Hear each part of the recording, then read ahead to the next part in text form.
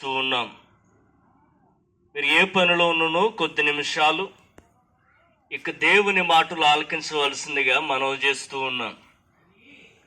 గమనించండి, ఇక డిసెంబర్ నెల ప్రారంభం మొదలుకొని చివరి రోజు వరకు కూడా అనేక దేశాలలో, అనేక ప్రాంతాలలో, అనేక పట్టణాలలో క్రీస్తు జన్మదిన వేడుక జరపడం మనందరం కూడా చూస్తూ ఉన్నాం.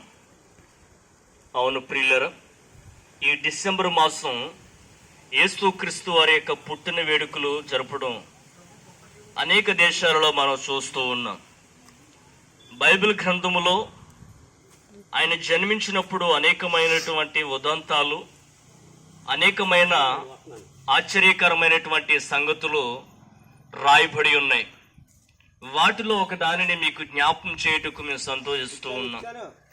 యేసుక్రీస్తు వారి లోకంలో జన్మించినప్పుడు దేవుని సముఖము నుండి కొన్ని దూతలు ఈ లోకానికి దిగివచ్చి ఉన్నాయి.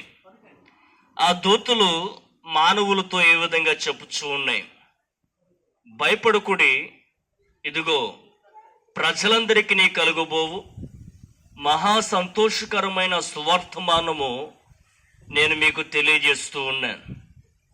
అదేమనగా, దావీదు పట్టణమందు నేడు రక్షకుడు మీ కొరకు పుట్టి ఉన్నాడు. ఆయన ప్రభువైన క్రీస్తు అని, ఆయన తన ప్రజలను వారి పాపముల నుంచి రక్షించుటకు ఈ లోకంలోనికి దిగివచ్చున్నాడని దేవుని దూతలు మనుషులతో తెలియజేస్తున్న సంగతులు మనం చూస్తూ ఉన్నాం. అవును ప్రియులరా, ఈ లోకంలో ప్రతి ఒక్క మానవుడు పలు రకాలైనటువంటి భయ ఆందోళనలలో చిక్కుబడి ఉన్నాడు. అయితే దేవుని దూతలు లేదంటే దేవుని వాక్యము తెలియజేస్తూ ఉన్నది భయపడవద్దని. ఎందుకంటే మనల్ని రక్షించుటువంటి ప్రభువు నరవతారిగా ఈ లోకంలోనికి దిగివచ్చి ఉన్నాడని లేఖనాలు సాక్ష్యమిస్తూ ఉన్నాయి.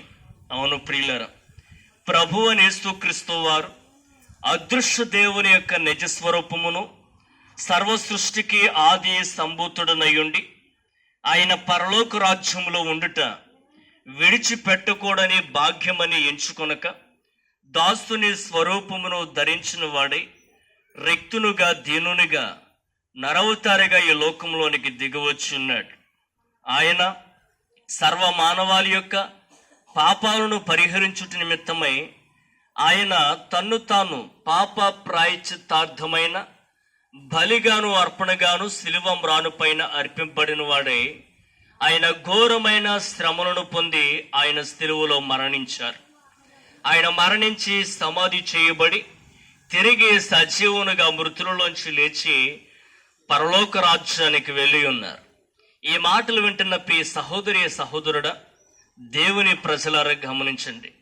యేసుక్రీస్తు రక్తము మనల్ని ప్రతి పాపముల నుంచి విడిపించి పవిత్రులుగా నిర్దోషులుగా చేస్తూ ఉన్నది.